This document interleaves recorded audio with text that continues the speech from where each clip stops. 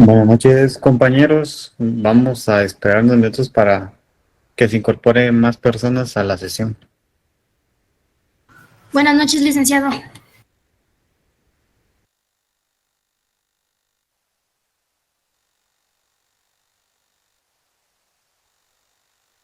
Buenas noches, licenciado.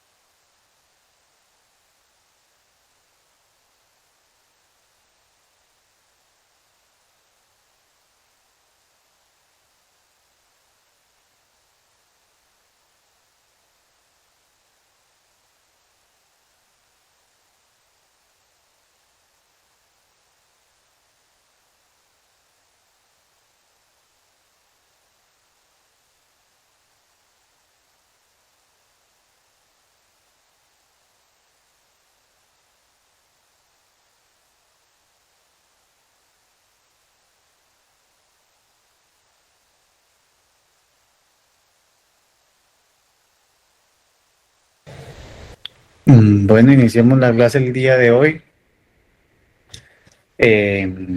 Yo iba a comentarles que iba a subir la diapositiva de las segundas que utilicé.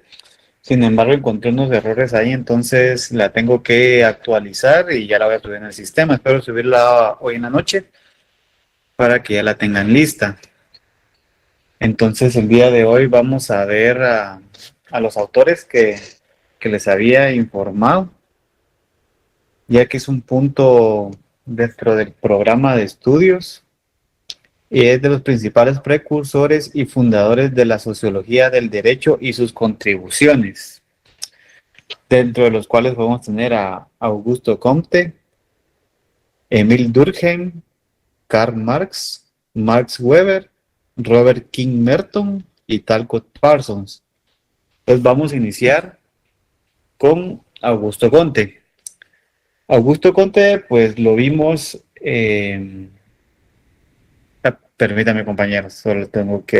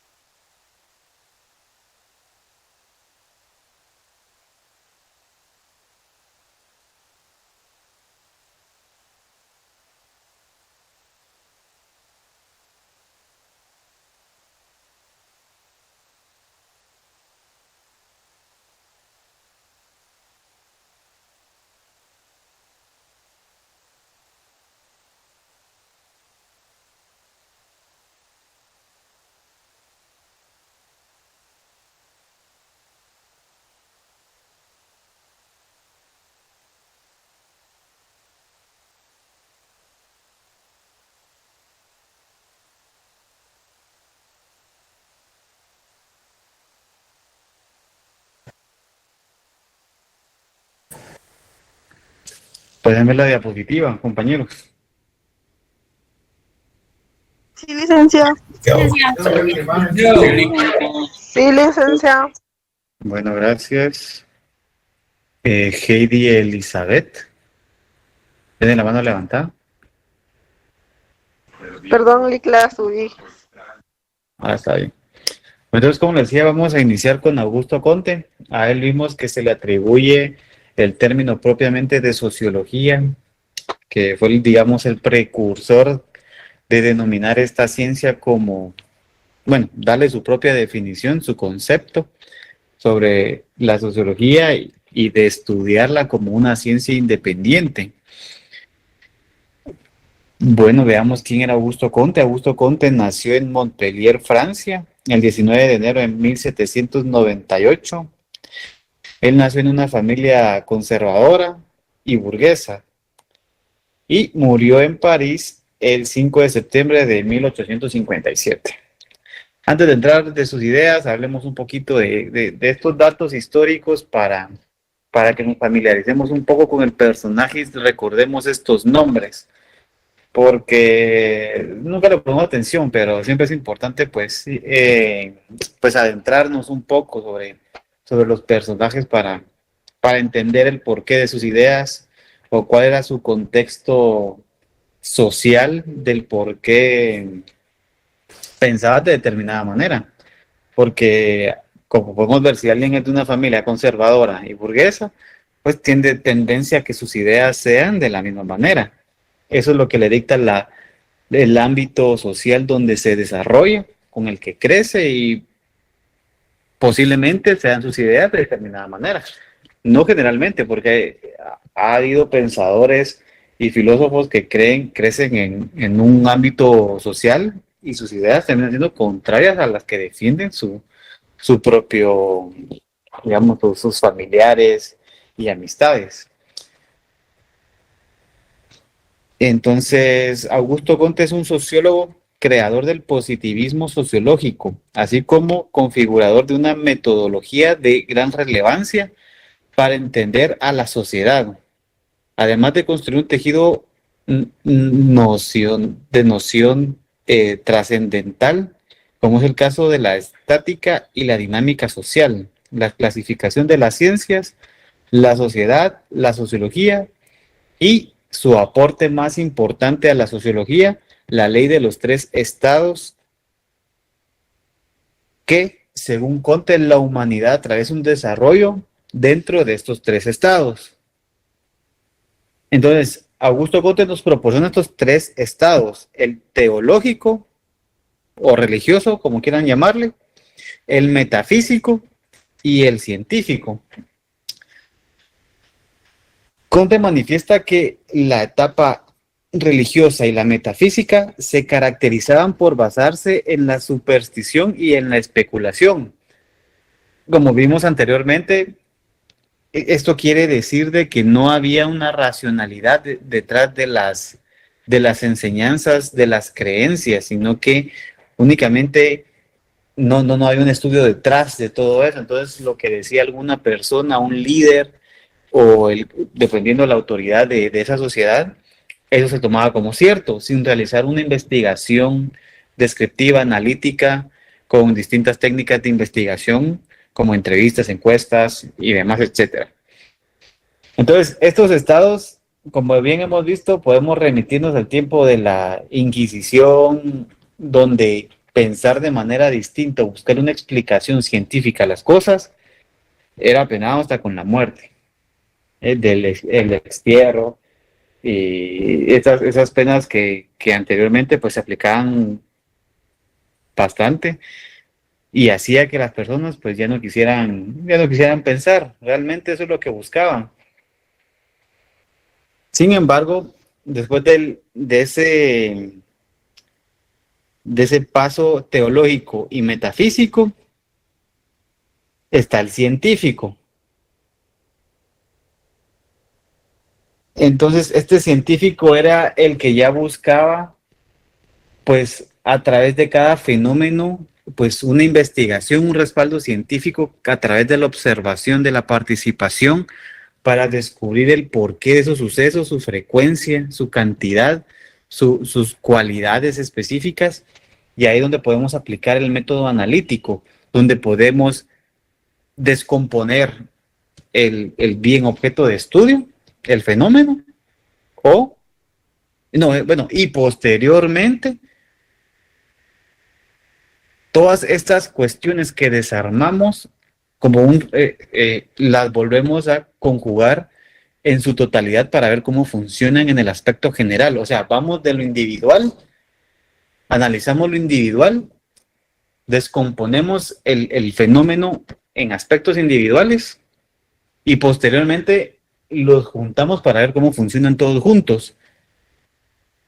Entonces, eso busca el aspecto científico, que racionalicemos, que pensemos, que veamos más allá, que veamos el porqué de los sucesos de esa manera. El sociólogo Soriano, en la lectura que les compartí, citado, lo podemos decir lo que él pues nos comparte en la lectura, dice: si hubiera que resumir la aportación de Comte en 2 palabras, diría yo que es el autor positivista de la sociedad, porque se ocupó de la sociedad contemplándola como un hecho observable que podría y pedía ser reducido a leyes, de la misma manera que la naturaleza. Entonces Comte estudiaba la sociedad desde hechos que tenemos que tener claro la diferencia entre hecho y acción. No sé si alguno de ustedes ya vieron o se les explicó en alguna clase la diferencia entre hecho jurídico y acción jurídica.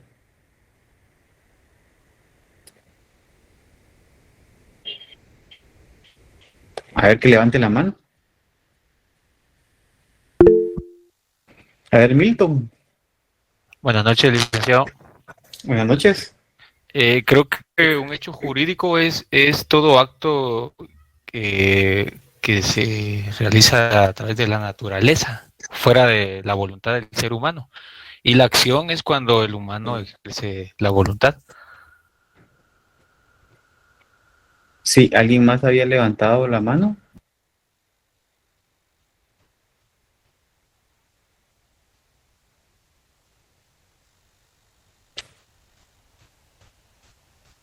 ¿No? ¿Nadie más levantó la mano? A ver, Heidi Elizabeth.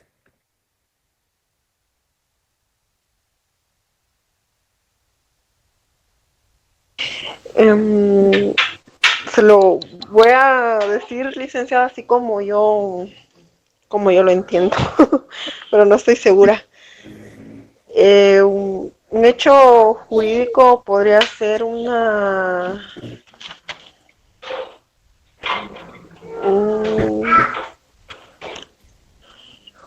perdón,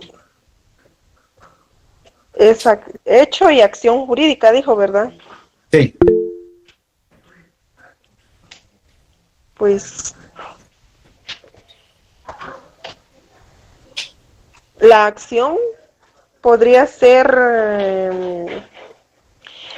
como alguna algo que una persona comete, que hace, o es perdón, lo estoy confundiendo tal vez con una acción antijurídica, pero no tengo muy claro los temas, licenciado, perdón. Basta, no tenga pena. A ver, Angie. La diferencia entre un hecho jurídico y una acción jurídica es la voluntad. En el hecho es una acción en el que o sea, es una acción en la que no se lleva a cabo con la voluntad del hombre. O sea, independientemente de la voluntad del hombre, el hecho solamente está ahí. En cambio, la acción sí es una manifestación de la voluntad del hombre. Sí, totalmente. Así como también comentó el compañero anterior, tenemos que tener claro que el hecho jurídico es una acción que sucede por voluntad de la naturaleza sin la interferencia del ser humano, digamos la persona, pero ya sabemos que es una persona también, entonces dejémoslo en el ser humano. Y la acción jurídica es cuando se lleva a cabo un movimiento voluntario o una omisión voluntaria que tiene efectos jurídicos. Ahí estamos bien.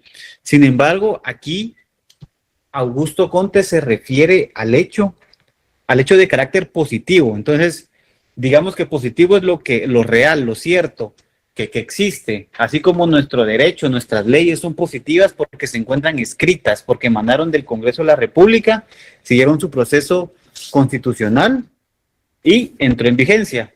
Ok, ahí tenemos la vigencia de nuestra ley que cumplió con todos los requisitos, por lo tanto, es parte de nuestro marco normativo. Es algo cierto, algo que se puede tener noción, conciencia. Entonces, aquí tengo que tener un poco de diferencia entre hecho y acto jurídico con lo que tenemos que entender con hecho sociológico. ¿Por qué? Porque Conte, él dice que todo lo que es cierto, todo lo que es tangible, todo lo que es real, es positivo y eso se tiene como cierto. Entonces, aquí lo vemos desde el punto de vista sociológico. Entonces, los hechos son los fenómenos que suceden dentro de la sociedad, o sea, que son reales. Digamos, el pensamiento revolucionario, digamos, acciones de hecho, costumbres, a eso se refiere a Comte, que estos hechos, obviamente, no quiero que lo confundan con los jurídicos y ese tema, sino que esto lo estamos hablando desde la parte sociológica.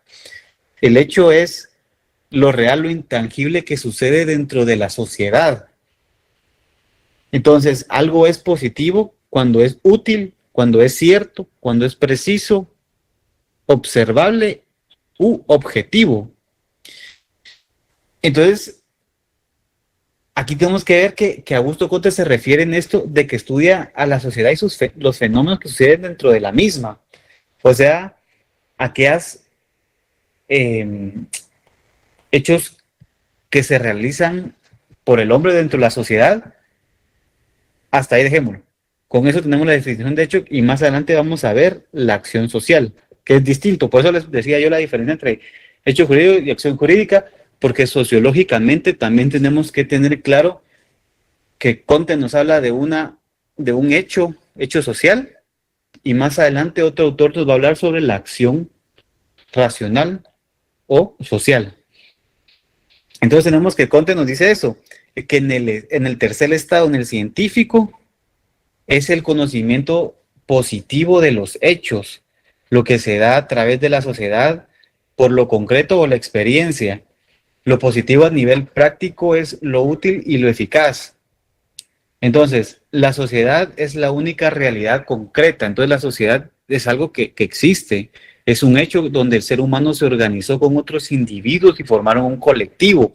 Y dentro de esa se van formando ciertas costumbres, hábitos que rigen el comportamiento de la misma. Lo voy a modificar un poquito. No sé si comprendieron bien la diferencia que les quise hacer sobre, digamos, el hecho y acción jurídica con lo sociológico.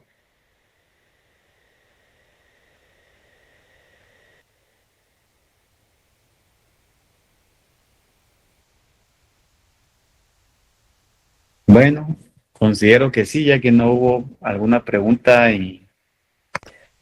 sí. Entonces ahora tenemos a Emil Durkheim. Este sociólogo nació el 15 de abril de 1958 y murió en noviembre de 1917. Fue un sociólogo y filósofo francés. Estableció formalmente el concepto de sociología como disciplina académica, ya como disciplina de estudio y como parte fundamental de la educación que se da en los establecimientos. Entonces podemos hablar de un planteamiento, digamos, más académico, lo que él planteaba hablar sobre la sociología, no tanto como de un enfoque social puramente, sino de la importancia que tiene siempre dentro de la sociedad, pero hablando académicamente dentro de los establecimientos de estudio. A eso se va refiriendo sobre esta sociología como disciplina académica. Él fue considerado, pues es considerado uno de los principales fundadores, por decirlo así, de la ciencia de la sociología, y él creó el primer departamento de sociología en la Universidad de Bordeaux en 1895. En 1896 creó la primera revista dedicada a la sociología, que no lo puedo pronunciar bien porque no sé francés, pero se dice l'année sociologique. Él es el autor de la obra El suicidio, que es un estudio de los tipos de suicidios de acuerdo a todas las causas o múltiples causas que generan este resultado. Obviamente estamos hablando del suicidio. Entonces, él lo aplicó la ciencia de la psicología y la filosofía política para la investigación de estas causas. En su obra clásica, Las formas elementales de la vida religiosa, comparó la dimensión sociocultural de las vidas de las sociedades aborígenes y modernas. Como hemos visto, la sociología nos sirve para el estudio de distintas sociedades, ya sea con un método comparativo de las sociedades de épocas antiguas con las sociedades contemporáneas, modernas, y así en las distintas etapas de la sociedad y la humanidad. Durkheim se le acredita que él perfeccionó el positivismo que primero nos había dado Augusto Comte, promoviendo un realismo epistemológico. ¿Qué quiere decir epistemológico? Epistemología es la ciencia que trata de investigar los principios, los fundamentos, la fuente de las cosas. Entonces, Para él la sociología era la ciencia de las instituciones, de los principios, de los orígenes. Él quería ver cómo a través de la sociología se inicia todo y se desarrolla todo. Y su meta era descubrir los hechos sociales estructurales. Ya vimos que es un hecho social. Entonces, él buscaba la explicación de estos hechos sociales, el porqué de cómo se fueron dando y las causas que iniciaron todo esto. Durkheim fue el mayor exponente del funcionalismo estructuralista, una perspectiva fundacional tanto para la sociología como para la antropología. Según su visión, las ciencias sociales deberían ser puramente oscíticas, esto es, la sociología debería estudiar los fenómenos atribuidos a la sociedad en su totalidad, en lugar de centrarse en acciones individuales. Entonces ahí vemos y caemos a lo mismo que nos dice Augusto Comte, que lo que se debe investigar por parte de la sociología son los hechos del por qué suceden los fenómenos que suceden dentro de la sociedad, los que no son provocados, digamos, esos hechos dirigidos a determinada persona, sino cómo se muestran dentro del conjunto de la sociedad. A ver, Marco Vinicio Gómez.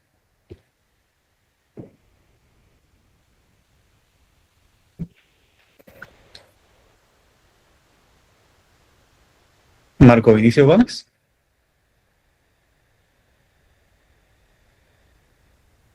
Es que Marco Vinicio levantó la mano. A la 1, a las 2.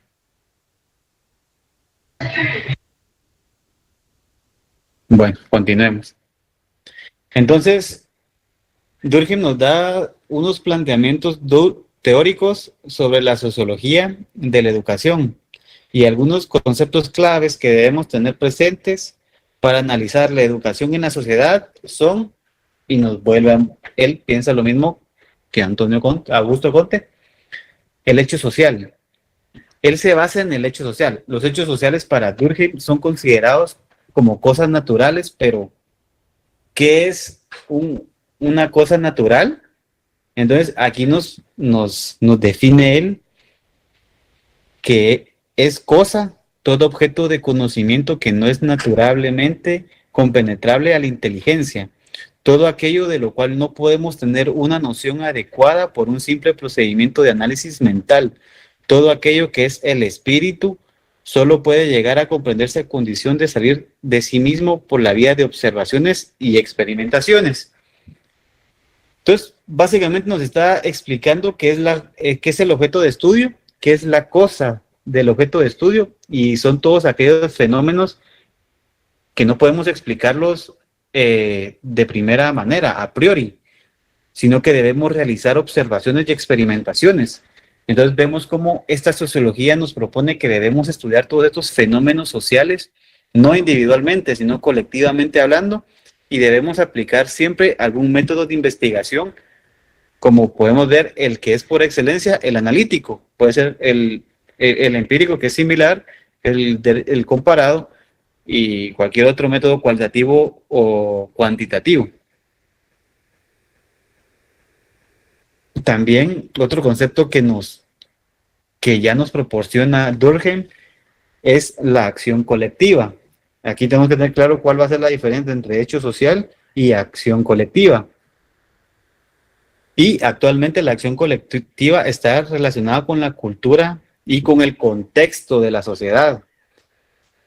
Él, en una de sus obras que se denomina La división del trabajo social, manifiesta: el conjunto de las creencias y de los sentimientos comunes al término medio de los miembros de una misma sociedad constituye un sistema determinado que tiene su vida propia. Se le puede llamar conciencia colectiva común.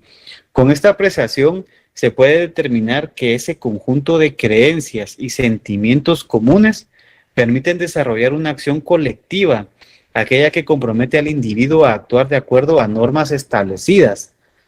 Este reconoce los centros educativos como acciones colectivas y los describe como escenarios de integración, escenarios que dan paso a la interculturalidad, la diversidad, los derechos humanos, la prevención de la violencia y la educación como paz. aquí podemos tener, digamos que nosotros estamos viviendo una acción colectiva propiamente, porque, bueno, digamos, hablemos en conceptos generales de universidades. ¿Cuál sería nuestra acción colectiva como sancarlistas? Y como algo que se le identifica al sancarlista es que generalmente tiene tendencia a la izquierda.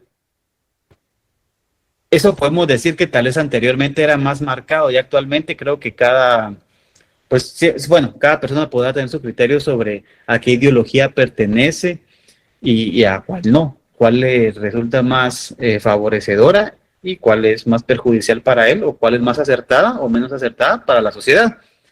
Pero hablando a términos amplios, por lo que significa la Universidad de San Carlos de Guatemala en un contexto nacional, siempre se opuso a los gobiernos autoritarios, siempre sirvió de fuente de pensamiento, de participación política, y por lo mismo en los tiempos de autoritarios, pues lamentablemente fueron pues desaparecidos varios compañeros y asesinados. Tenemos varios ejemplos, podemos hablar de Oliverio Castañeda, Mario López Larrave, y pues que serían los más emblemáticos, digámoslo así, pero no quita que varios profesionales que se dedicaban a dar clases pues desaparecieron por pensar distinto en esa época, por querer instaurar un orden diferente. Entonces siempre la Universidad de San Carlos se ha promovido con tendencias, digámoslo, revolucionarias de izquierda, sea ya socialismo o comunistas, un ejemplo. Aunque ya ustedes individualmente pues ya tendrán sus propias creencias. Entonces, eso es lo que habla Durkheim, que la sociología se traduce en la sociología académica, que en la sociedad instaura estos centros de enseñanza, todos los colegios, que sirven para interconectar a los individuos y poderlos, digamos una palabra algo fuerte, adoctrinar a determinada manera de las costumbres socialmente aceptadas en nuestra sociedad. Entonces, ahí se les enseña a que tienen que ser personas productivas, responsables, que no deben contestarle a los mayores, que tienen que estudiar, que deben entregar tareas, que deben tenerle amor a la patria. Si es un establecimiento religioso, pues les va a dar clases en dirección a la religión que el establecimiento tiene dirigida.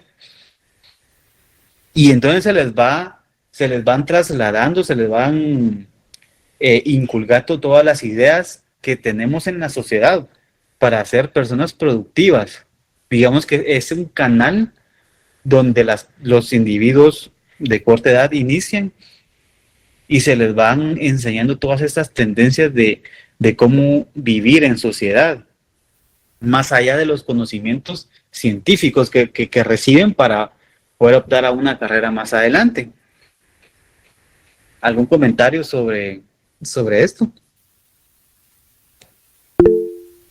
A ver, Lucía. Buenas noches, licenciado. Disculpe, solo para ver si le comprendí un poquito. Tenemos tres autores con tres puntos de vista, como yo veo, diferentes. Uno, su enfoque es en lo académico, otro en la epistemología y pues otro en los fenómenos sociales. De estas teorías, ¿hay alguna como que la más utilizada o aceptable?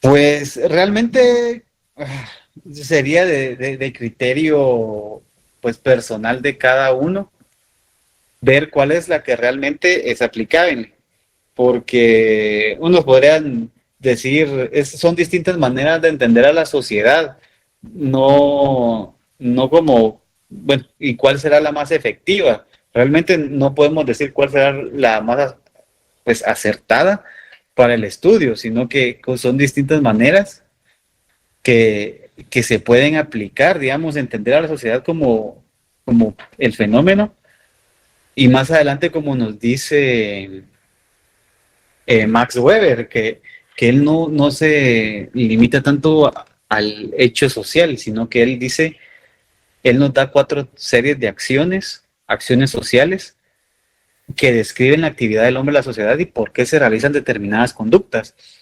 Entonces, yo creo que estas se complementan entre sí para ir analizando y cómo se va formando todo. Entonces, pues tal vez seguimos con los autores y al final de la clase pues hacemos una discusión sobre los distintos métodos de pensamientos que nos da cada de estos sociólogos sobre la sociedad. Muchas gracias. Ok. Entonces teníamos que Durkheim nos da el hecho social, la acción colectiva, que habla sobre los establecimientos educativos, la educación moral y la división del trabajo social.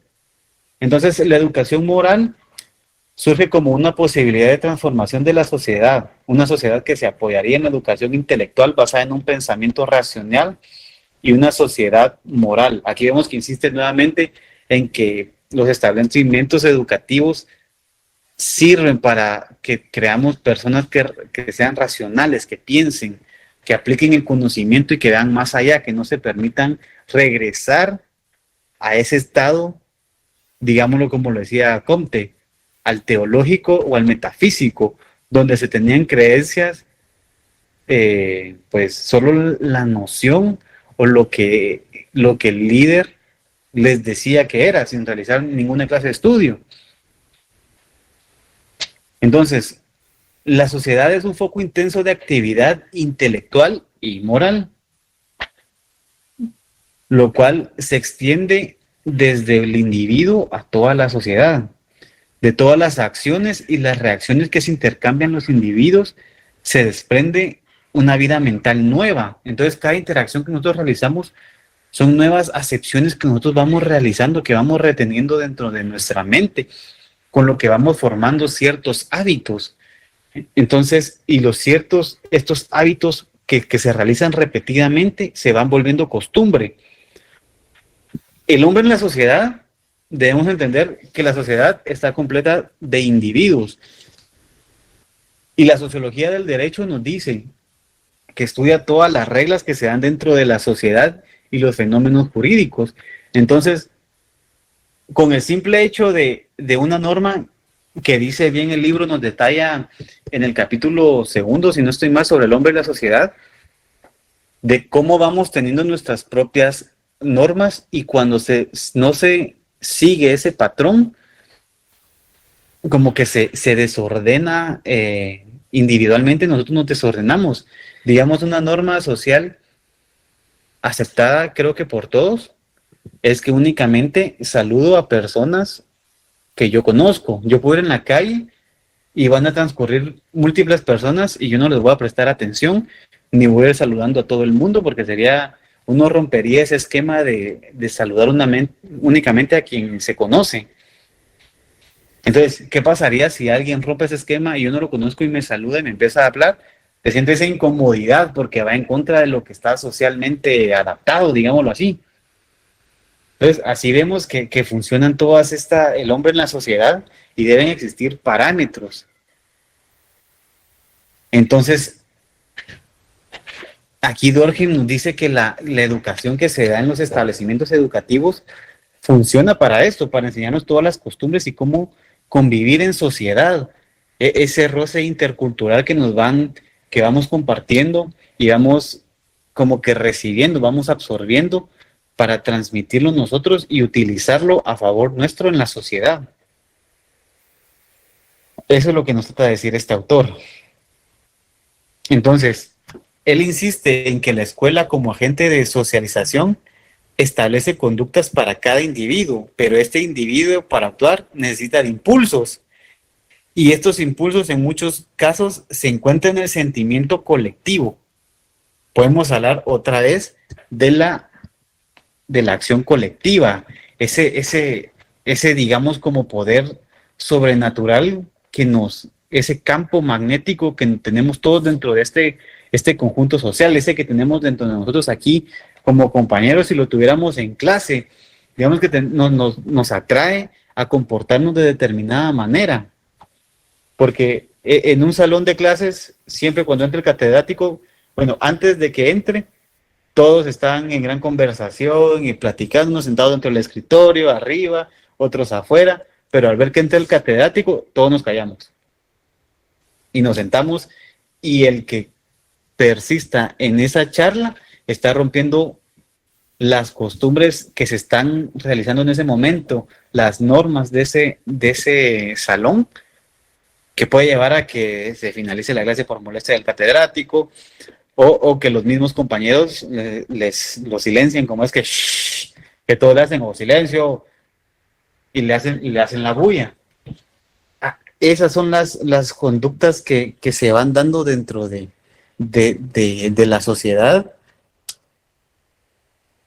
A ver, Eric Navarro, bueno, no tenga pena, suerte en su examen. Ahí nos cuenta cómo le va. Entonces, a eso se refiere con que las escuelas son agentes de socialización. Pero aquí, bueno, yo me refiero a conceptos ya universitarios, pero hablemoslo de kinder, de prepa, de primero primaria, donde se nos va preparando para poder salir a la sociedad. Y como último planteamiento teórico que nos da Durkheim es la división del trabajo. Yo sé que van a salir varios compañeros cuando hablemos de Carlos Marx a darme su punto de vista. Pero ahorita estamos hablando de Durkheim y la división del trabajo. Entonces, para este sociólogo, es la solidaridad social, aquello que consolida la unión de los seres humanos en la sociedad, donde los individuos se desarrollan en actividades en grupo, pero que al mismo tiempo desarrolla funciones específicas. Entonces, la división del trabajo no puede producirse sino en el seno de una sociedad preexistente. No sé si ustedes pues ya habrán leído el tema del contrato social de Juan Jacobo Rousseau, que él habla del estado de naturaleza del hombre en el cual era libre, que no tenía que respetar alguna norma alguna, sino que se trasladaba del lugar, porque a través de la historia, pues el ser humano se ha caracterizado por no ser estático en un lugar, sino que ir de un lugar a otro en busca de alimentos. Entonces, hablemos que en el inicio de la historia, el hombre no tenía el conocimiento de la agricultura, no había captado esa habilidad. Entonces se veía en la necesidad de ser nómada y de ir de un lugar a otro recolectando alimentos de manera solitaria. Y conforme a través de la historia se fue dando cuenta que él solito no podía cazar los mamuts, sino que necesitaba ayuda de otras personas. Entonces ahí se empezó a unir por sus intereses con otras personas. Ya conseguían pieles, conseguían carne y tenían que guardarla. Entonces empezaron a hacer más grandes las actividades. Alguien cuidaba la comunidad donde se instalaban, iban a recolectar pues frutos, posteriormente iban a cazar y se repartían las actividades. Pero si lo vemos así, entonces el hombre se da cuenta que necesita convivir en sociedad. Y creo que aquí es buen momento para dar una definición que nos proporciona Aristóteles, si no estoy mal, o Platón, sobre que el hombre es un animal social. Y nos vemos que a través de la historia ha quedado claro eso, porque cuando el hombre se organiza en sociedad es donde tuvo el crecimiento. Entonces, aquí Durkheim nos dice que el ser humano debe ir tomando actividades específicas con otras personas dentro de la sociedad. Hay grupos de personas que se van a ir distribuyendo ciertos trabajos por conveniencia de la misma sociedad, de los individuos que consiguen en la misma. Porque cada tarea cumple un fin distinto. O sea, existe independencia en el grupo para realizar cierto trabajo y a la vez otros se van dedicando a cuestiones distintas, lo que hace que la sociedad funcione, porque una persona necesita algo y otra persona lo va a hacer. Entonces, también dentro de esas especialidades, esas áreas específicas de los trabajos, el hombre también convive, se crean micro sociedades y se conforman grupos sociales y cada vez van perfeccionando nuestras habilidades y la van tecnificando y se van volviendo más intelectuales conforme a valores, tradiciones, costumbres, cosmovisiones, como se da dentro de una sociedad. Entonces, en resumen, podemos decir que Durkheim nos plantea 4 planteamientos teóricos, que es el hecho social, la acción colectiva, la educación moral y la división del trabajo. Y si nos damos cuenta, todo esto se conjuga dentro de sí. Todo esto se va integrando, cómo la acción social se integra con la acción colectiva. La acción colectiva a la vez nos da la educación moral y todas estas se ven reflejadas en la división del trabajo. Entonces, ahí donde vemos que se conjuga un poco sobre este tema del estudio de la sociedad que me decía la compañera anteriormente, de cuál es mejor, sino que debemos analizar cada una qué autor nos da y cómo se complementan sus ideas y cómo podemos compararlas con nosotros. Entonces, aquí prefiero que hablemos ahorita de Carlos Marx. Carlos Marx, como creo que la mayoría sabemos, es un pensador alemán de tendencia socialista, comunista, en contra del status quo dentro de las sociedades. Él nos proporciona el término de, bueno, los estratos sociales, habla del proletariado y los que poseen el capital. Carlos Marx nació en 1818 y murió en 1883. Y se consideró como el padre del socialismo científico. Su obra más importante fue El Capital, que fue publicada junto a su compañero Engels en 1867. Entre los aportes de Marx a la sociología se destaca el concepto de lucha de clases, donde Marx establece que las personas en sociedad se dividen en clases y observa que en la historia de la humanidad existen siempre enfrentamientos en grupos antagónicos. Entonces, aquí podemos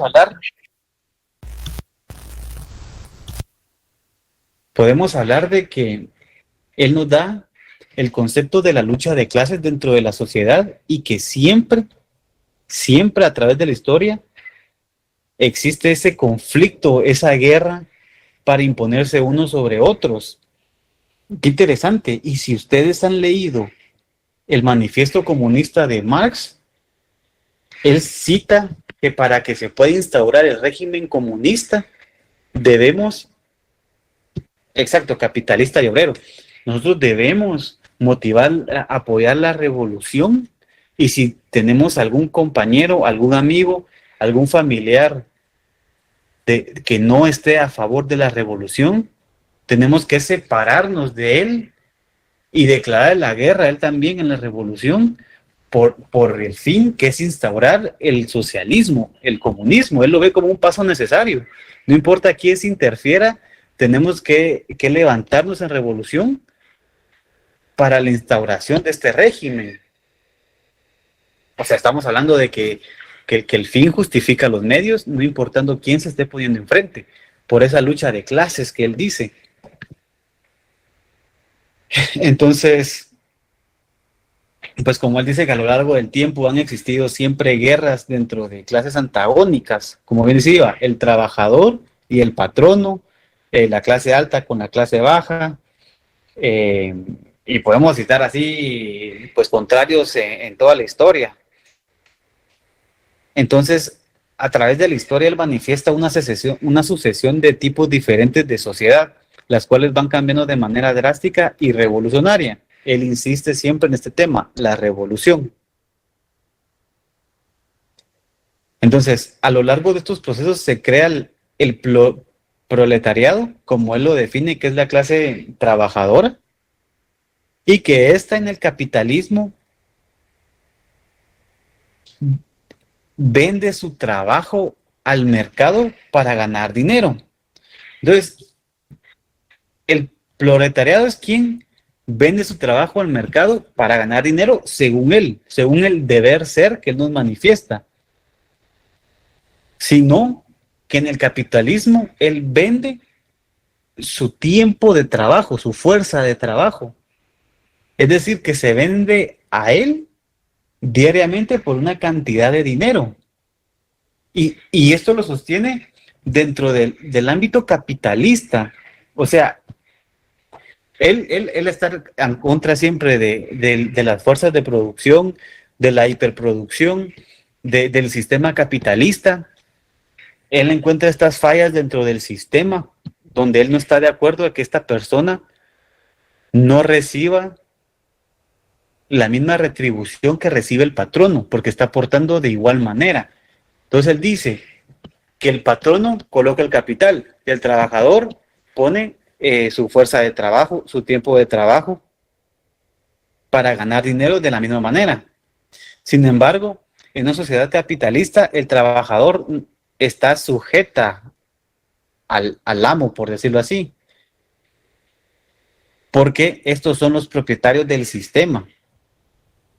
El amo es el dueño del capital y los instrumentos de trabajo, y el obrero, a él le corresponde su capacidad para trabajar. Entonces yo tengo las herramientas de trabajo, tengo la infraestructura, tengo el capital, y la clase antagónica tiene la fuerza de trabajo y tiene el tiempo de trabajo, por lo que él aboga que se debería tener una relación digámoslo, como una sociedad de igualdad, que cada uno presta lo que tiene y debería de existir la misma retribución, y que el producto de ese trabajo debe ser también del obrero, no únicamente del patrono. Podemos estar de acuerdo o no con ese pensamiento. Si lo vemos de un sistema pues comunista o socialista, pues no deja de tener razón. ¿Por qué debe tener más la persona que no trabaja tanto, pero él propuso los medios de producción, con la persona que únicamente presta su fuerza de trabajo, que digamos es un trabajo físico más complejo, podríamos decir más fuerte, más cansado? Sin embargo, ahí ya entramos en diferentes cuestiones ideológicas de cómo ver esta relación de trabajo entre obrero y el capitalista, pues propietario de los medios de producción. Entonces, en esta relación es donde Marx considera que está el secreto de la producción capitalista, el secreto del por qué el capitalista, por qué el patrono le va mejor que al trabajador, y nos dice que este capitalista despoja al productor de su producto y se hace ver como una criatura independiente de quien la ha producido. O sea, podría decir que se le está robando su obra al trabajador, lo que él realizó, en favor del dueño de los medios de producción. Y él considera que que el obrero, producto de su trabajo, no le pertenece porque vendió su fuerza de trabajo para tener una paga y mantener a su familia. Que a través de la historia vemos que esto sigue así. El capitalismo así funciona. Alguien tiene el capital, contrata obreros, ellos trabajan, crean los productos, el productor los vende y él es el beneficiado y él les paga una parte mínima a los trabajadores para hacer esa retribución, su salario, por haber participado en la producción de esos bienes. ¿Quién tiene la culpa realmente ahí? O sea, bueno, no hablemos de culpa, sino que cómo funciona en lo que él nos dice. Él nos habla de una sociología económica. Él habla de la economía como base de la sociedad en las relaciones sociales. Él todo lo compara con la economía, y arriba de ese ámbito puede colocar a las demás ciencias, que es la sociología, las ciencias políticas, las formas de gobiernos, las relaciones sociales, etcétera. Pero todas esas ramas que se desprenden caen en un mismo tronco, que sería la economía. Entonces, otro aporte que nos da Carlos Marx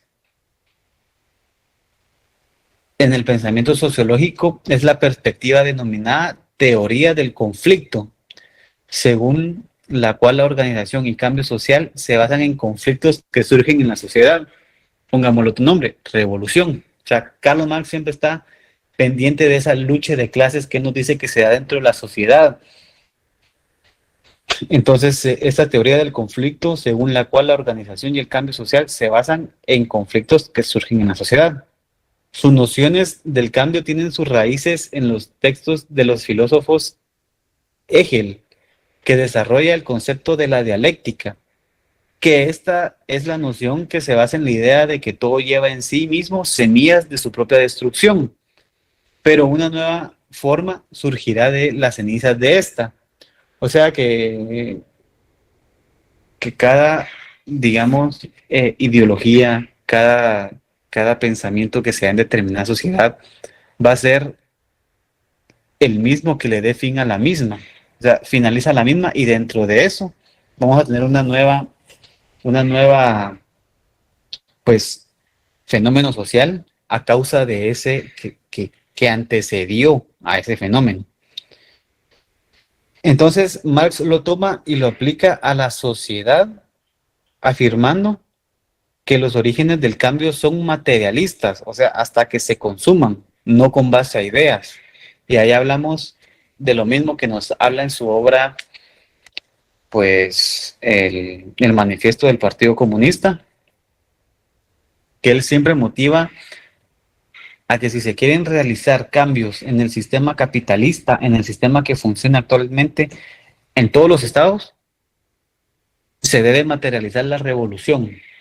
Y ahí vamos a lo mismo, la revolución, lucha de clases, donde los obreros se levantan en armas contra los opresores, contra las autoridades, e instauran el nuevo modo de gobierno en una sociedad, que es el comunismo, y él lo ve como ese paso necesario para poder instaurar este nuevo orden de gobierno, de Estado.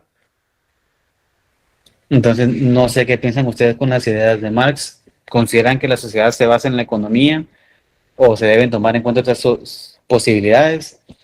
¿Qué piensan ustedes sobre la expropiación del trabajo que realizan los obreros con el capitalista, o consideran que es justo las relaciones que se llevan actualmente, donde el dueño del capital, que es el dueño de la empresa, digámosle así, es el que coincide más ganancias que los trabajadores? Porque ahí podemos hablar de una teoría que también sale en discusión a veces en redes sociales, y que lo ha dicho, no sé si fue el presidente Petro de Colombia, que también, como saben, es comunista. Él creo que habló de que el iPhone le pertenece a los trabajadores y no a Apple propiamente.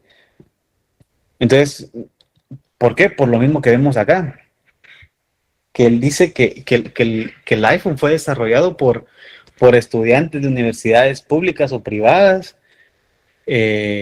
Todos los integrantes de ese teléfono, pues fue desarrollado por distintas personas, con fondos públicos.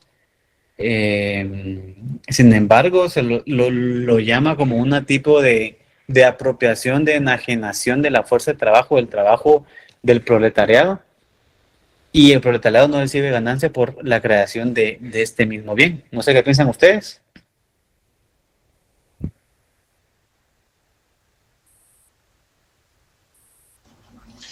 Buenas noches, licenciado.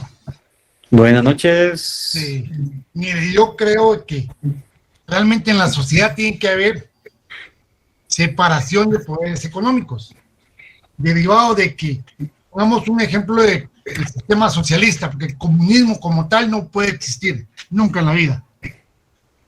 En Cuba, el gobierno le provee lo necesario a la población, lo necesario, pero no lo justo. Porque yo me pregunto, las autoridades de gobierno ¿Será que viven de igual manera que el pueblo cubano? No, ellos tienen privilegios. Entonces, no se puede dar eso, porque veamos, y ponemos un ejemplo, que a todos les vamos a dar $1 millón de dólares, quetzales, euros, lo que sea.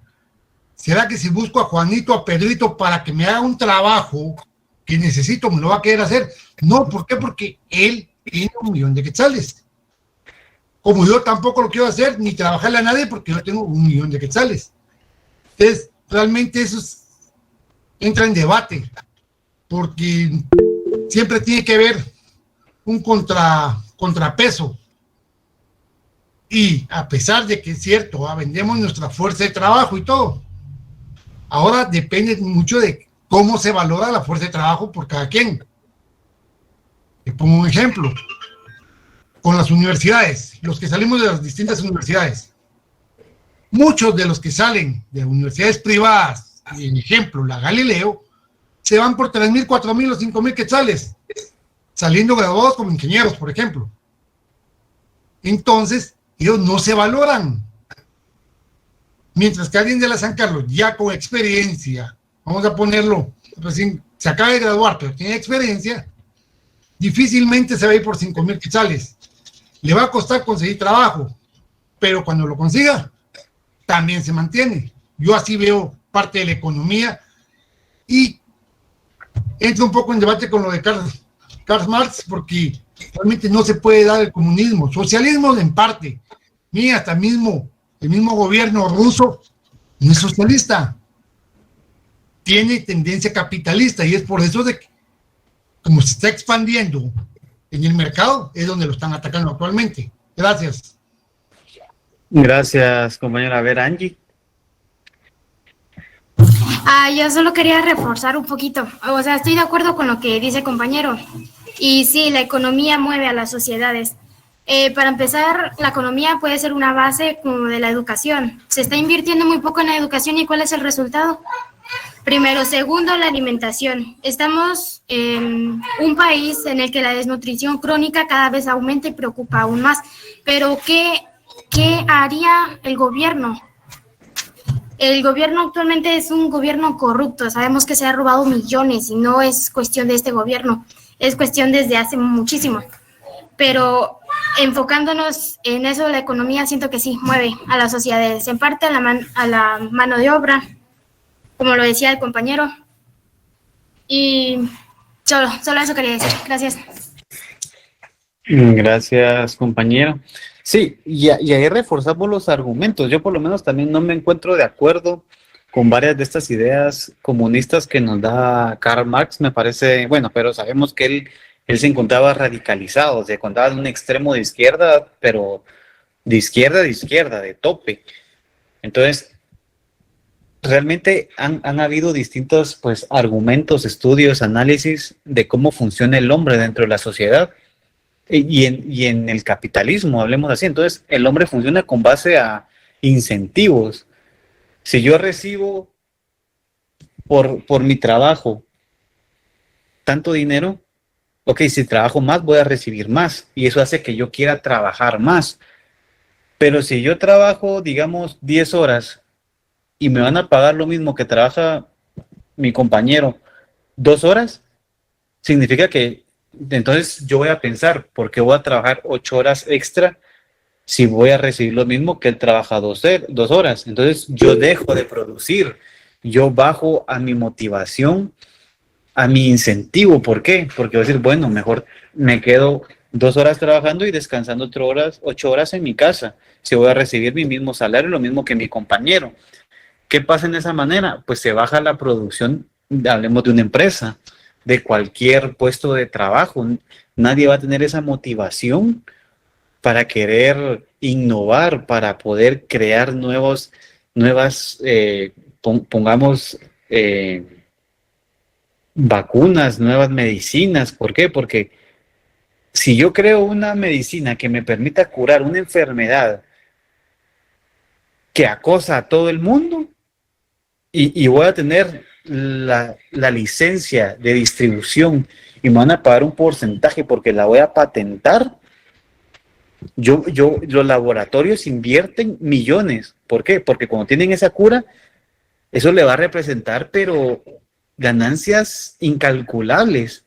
Imaginemos que exista una cura para el cáncer, hablemoslo así, que no sean las quimioterapias, sino que exista una vacuna o una cirugía o lo que sea de una sola aplicación o una aplicación al año, no sé.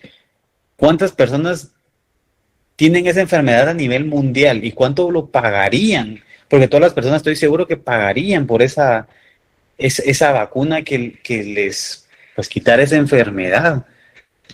Entonces, eso hace que el intelecto humano funcione, que mis motivaciones se encuentren a tope. Entonces, yo voy a buscar más y voy a estudiar y me voy a preparar porque sé que si logro encontrar una innovación en algún producto, yo voy a tener ganancias y voy a arreglar mi vida. ¿O quién no piensa así?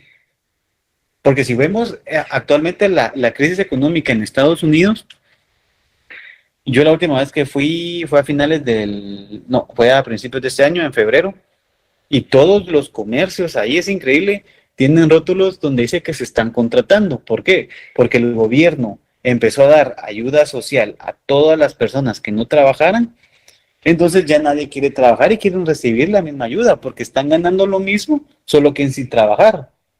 Y por eso es que empieza esa inyección fuerte de capital en la sociedad que hace que la inflación pues se vaya elevando, causando que la moneda valga menos. A ver, ¿alguien levantó la mano? Voy a quitar ya la pantalla porque ya vamos a dialogar únicamente. ¿Alguien levantó la mano? Fue lo que se quitó.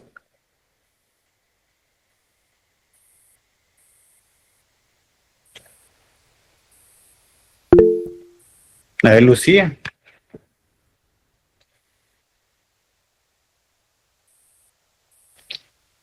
Lucía. Buenas noches, licenciado. Es solo para comentar, yo estoy muy de acuerdo con el compañero César, de que realmente es complicado el tema del socialismo y del capitalismo, ¿verdad? Creo y considero que un derecho fundamental que tenemos en la sociedad capitalista es la libertad, ¿verdad? Libertad de locomoción, libertad de trabajo, cosa que en un estado socialista, pues, ellos están limitados a lo que el gobierno les da, ¿verdad? Entonces, solo quería comentarle, yo tengo un amigo que es excelente doctor, cubano, se vino para Guatemala, y él me comentaba que él ganaba lo mismo que ganaba un taxista en Cuba. Entonces, por la misma situación en la que viven, hay muchas personas en Cuba que no tienen ese deseo de superación porque están acomodados a lo poco que el gobierno les da, ¿verdad? Y como decía el compañero, o sea, los gobernantes no viven de la misma manera que vive la población, ¿verdad? Entonces, por eso es de que muchas personas que sí desean esa libertad y ese deseo de superación que tienen, salen de esos países socialistas, ¿verdad? Porque, como le digo, el ser humano de por sí quiere ser libre, ¿verdad? Entonces, pues que todo era para complementar. Gracias, Lucía. Sí, totalmente, como hablamos, la motivación, el incentivo de esas ganancias que puedo recibir en el futuro son los que me motivan a mí a motivar mi ingenio, a buscar nuevas formas de producir, de crear, de innovar en la sociedad para yo poder tener más comodidad. Seamos sinceros, así funciona la mente humana. ¿Qué pasaría en la cámara para que sientan que estamos hablando con alguien? ¿Qué pasaría si yo decido hacer grupos de 30 personas y yo voy a calificar según el promedio de los trabajos que me manden? Entonces, digamos, 30 personas, van a haber 15 personas que me van a hacer el trabajo excelente y puede que existan otras 15 personas que no hagan el trabajo. Entonces, ¿cuál sería el promedio de que 15 sí lo hicieron y 15 no lo hicieron? Sería 15 puntos de 30. Entonces, ¿qué pasaría en la siguiente evaluación? Si yo ya sé las reglas del juego y digo, bueno, me esforcé tanto para sacar necesitar 15, bueno, voy a trabajar más duro para compensar lo de mis compañeros que no están trabajando. Entonces, le echamos más ganas, solo que ahora los que trabajaron fueron 10 y los que dejaron de trabajar fueron 20. Entonces, ahora sacamos 10 puntos. Y a la siguiente, pues ya otros compañeros 5 se desaniman y se conforman porque dicen, no importa si trabajo o no, igual no voy a recibir lo que yo estoy dando. Estoy bajando y bajando y bajando, porque la recompensa personal, pues sí se valora. Sin embargo, si nuestra recompensa, nuestra remuneración depende del trabajo de los demás y del mío, siempre van a haber personas que se van a esforzar menos y eso me va a traer a mí menos resultado. Entonces, si aplicáramos este método en evaluaciones, creo que habrían compañeros que ni envían su trabajo a los coordinadores de los grupos y sería un problema gigante.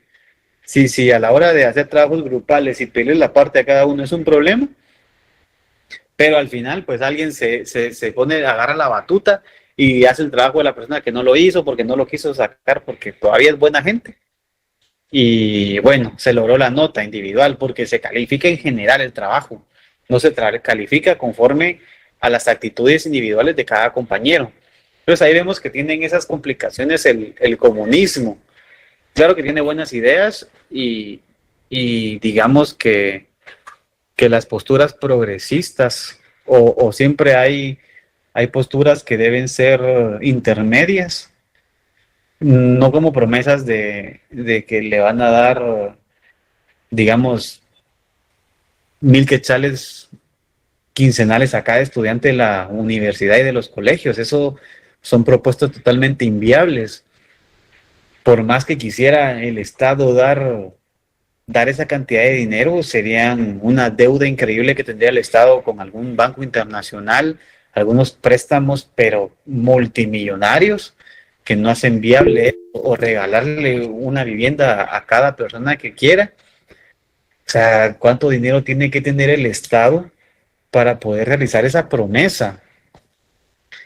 Y hablemos de esos casos. A ver, Manuel Leonardo.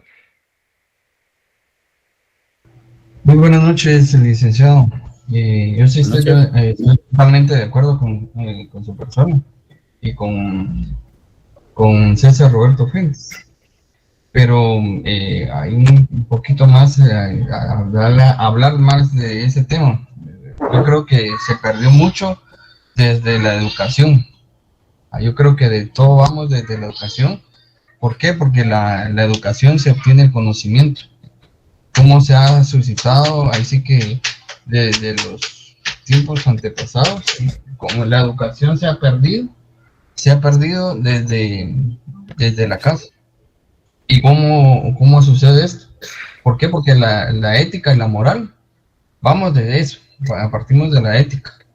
¿Por qué? Porque si nosotros, así como estaba diciendo el ejemplo de los exámenes de laboratorios o algo así, y si sería un punto, por ejemplo, de estadística, que si vamos a decir, vamos a poner, si uno trabaja más que otro, entonces ¿por qué vamos a tener los mismos punteos? Eso es socialismo, de una u otra forma, y a eso es lo que voy. Todos los estados ahorita, últimamente, si se están dando cuenta en todas las noticias, lamentablemente estamos cayendo ya a un socialismo, indirectamente, pero la gente no le está perdiendo el interés y no se está dando cuenta que estamos cayendo en el endeudamiento.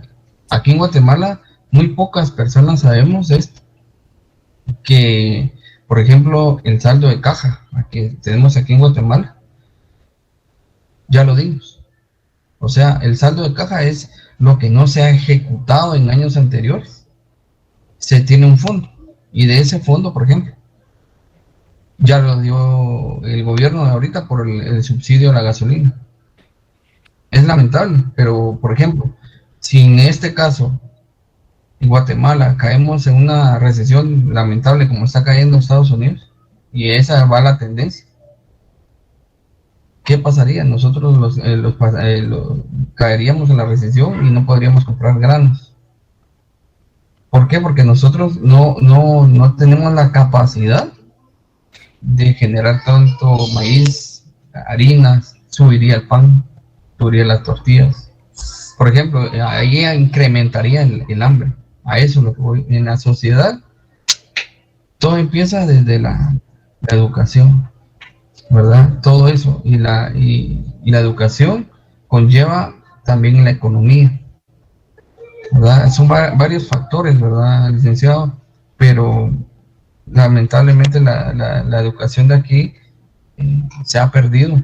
El respeto de lo que piensa uno de otro y así como que ya últimamente los jóvenes que estamos saliendo, ¿verdad? De las educaciones intermedias, ya nos están enfocando así como el respeto, en la ética y la moral. Así como que ya les vale todo, así como que bueno, yo lo único que quiero es salir adelante y le importa a quién se pase llevando por encima si yo logro obtener mi objetivo de tener algo. Ahí viene el soborno. No le importa nada, sino que tener el objetivo de tener, por ejemplo, un carro, una casa, una moto, lo que sea. Eso es mi pequeño comentario, licenciado. Gracias, Manuel, muy acertado tu comentario, sí. Y aquí tendríamos que analizar bien de si queremos un Estado paternalista o un Estado neutral. Porque si tenemos un Estado paternalista, es un Estado que nos da cualquier servicio, hablemos medicina, educación, seguridad, pues ayudas sociales, etcétera. Pero tenemos que tener en cuenta que el Estado no genera ingresos, digamos, de las empresas públicas estatales. Realmente Guatemala pues no tiene una empresa que digamos que sea rentable. La telefonía, pues Guatel, pues ya se privatizó. El ferrocarril, pues también no funciona. El INDE, pues digamos que ahí que es una combinación público-privada, pero tampoco digamos que es 100% pública. Pero, entonces, si el Estado no crea trabajo, no genera riqueza, lo que debe hacer son las condiciones adecuadas para que sí se generen. Motivar pues a las pequeñas empresas, pequeñas y medianas empresas que son las pymes, el comercio, inversión extranjera y todo eso que ya conocemos, para que se puedan realizar estas distintas actividades. Y obviamente ahí tenemos que hacer la diferencia de qué servicios deberían ser públicos o no. Si la educación debería ser pública, la educación pues primaria, el básico, el bachillerato debería ser pública, la universitaria debería ser pública, el servicio pues hospitalario, médico debería ser público, la seguridad, etcétera. Hablemos de todo eso, cuáles son los límites, ¿por qué? Para empezar, ¿cuánta cantidad, creo yo, innecesaria con duplicidad de funciones de parte del Estado funciona? Hablemos en el sector de ambiente. Existe el Consejo Nacional de Áreas Protegidas, el Ministerio de Ambiente y Recursos Naturales, el Instituto Nacional de Bosques. ¿Por qué tienen que existir 3 instituciones que cubren funciones iguales? Estamos hablando de un ministro, viceministros, secretarios, directores, y cuánto dinero nos cuesta cada uno de esos puestos. Entonces, ahí es donde se tienen que empezar a hacer un estudio y ver qué instituciones son necesarias para el funcionamiento del estadio, porque básicamente el presupuesto público de la nación, yo no me acuerdo cuál fue el porcentaje que se habló, el 80% se va solo en funcionamiento y queda un 20% para inversión. Entonces, ¿qué se va a invertir si no tenemos dinero? Que solo se va todo en funcionamiento, en personal.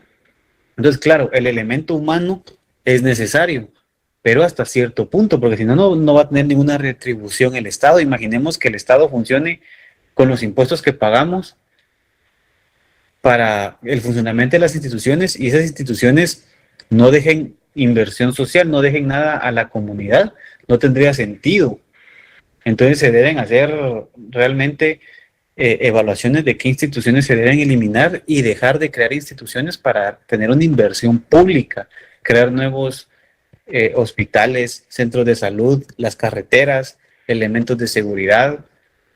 Algo que yo la verdad, pues tal vez me gane algún enemigo acá, pero yo considero que el ejército no tendría que tener el presupuesto tan alto, y hacer estudios realmente de qué es lo importante y cuáles son las prioridades que deben tener en la inversión social. Entonces, bueno, aquí nos podríamos alargar bastante sobre el tema. A ver, César Roberto Fuentes. Algo que usted acaba de decir, por ejemplo, el presupuesto del ejército, estoy de acuerdo.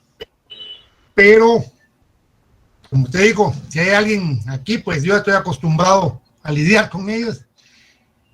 ¿Quién no va a alimentar al chucho guardián que lo va a proteger a la hora que lo quieran agarrar?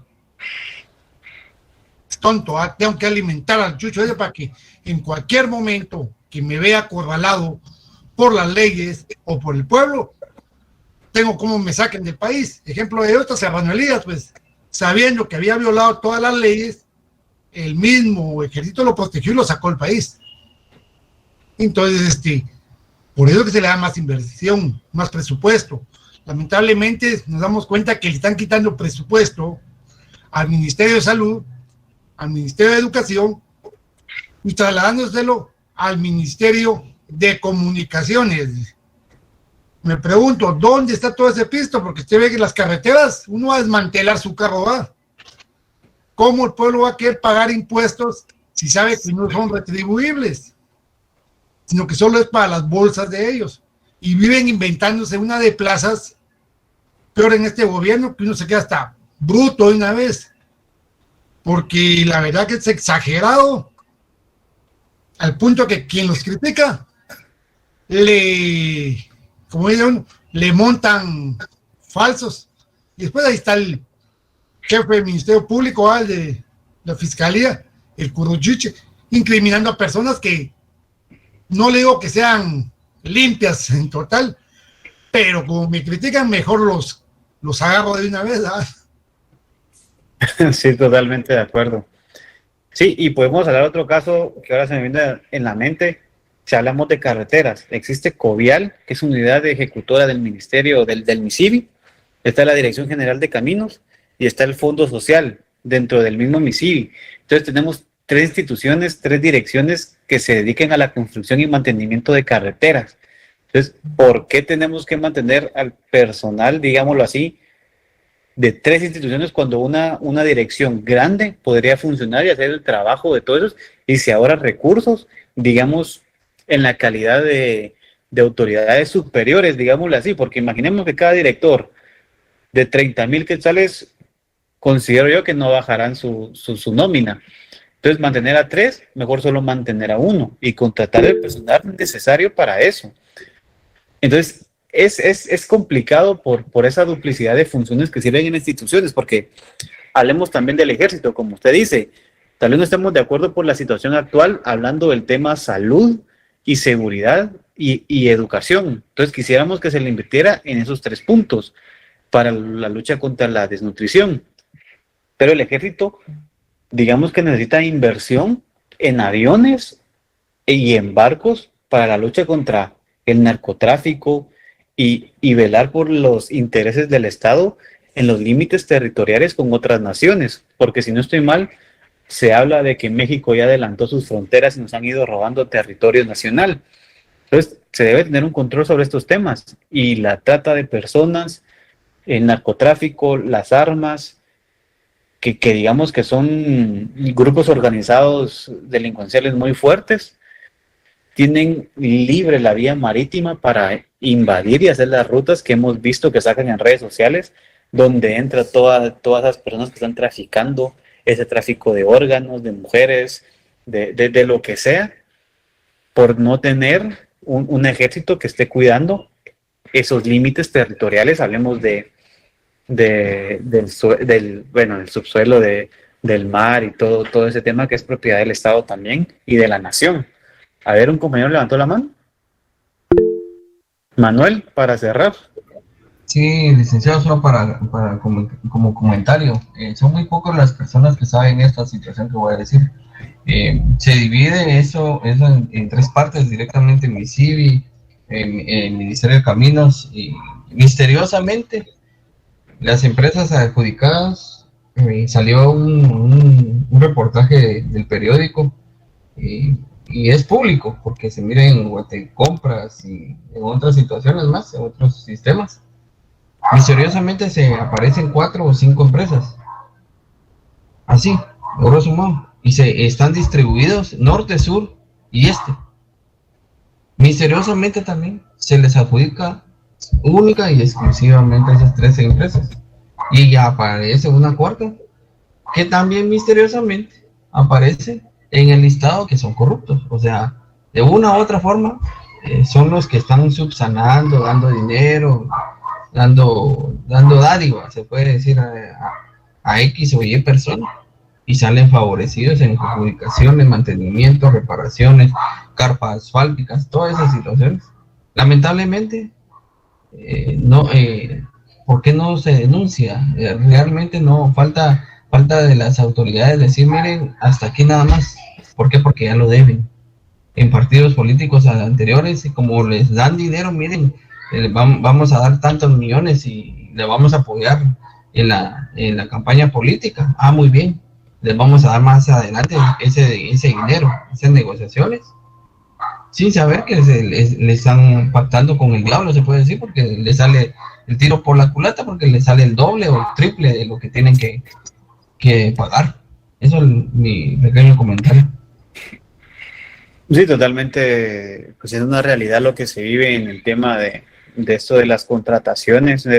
Bueno, creo que ya no es un secreto, pero no únicamente es en el MISIBI, en todas las instituciones del Estado, pues así funciona. Entonces, pero lo que me causa a mí y el comentario, lo que vamos es que se deberían optimizar los recursos en el funcionamiento y dejar de crear tanta institución con duplicidad de funciones o que no tiene una función que debería prestar el Estado para invertir en educación, en salud y todo eso, que la sociedad le tendría un mayor beneficio para poder, pues, mejores carreteras, salud, y eso bajaría los índices, pues, delincuenciales.